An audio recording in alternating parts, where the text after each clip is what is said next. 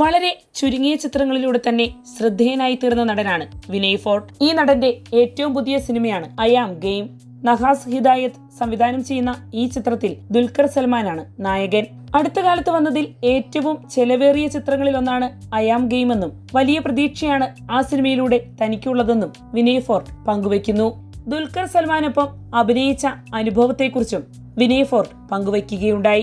ദുൽഖർ എന്ന് പറയുമ്പോൾ ഇന്ത്യ കണ്ട ഏറ്റവും വലിയ സൂപ്പർ സ്റ്റാറിന്റെ മകൻ, പാൻ ഇന്ത്യൻ സൂപ്പർ സ്റ്റാർ.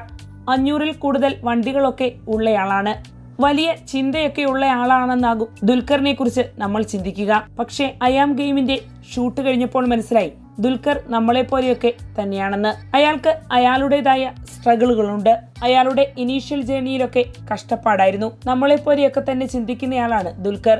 ഐക്കോണിക്കായ സ്റ്റാറായി നിൽക്കുന്ന, എല്ലാവരുടെയും സ്നേഹം കിട്ടുന്ന ഒരാളാണെങ്കിലും അയാൾ ആരോടും ദേഷ്യപ്പെട്ട് ഞാൻ കണ്ടിട്ടില്ല.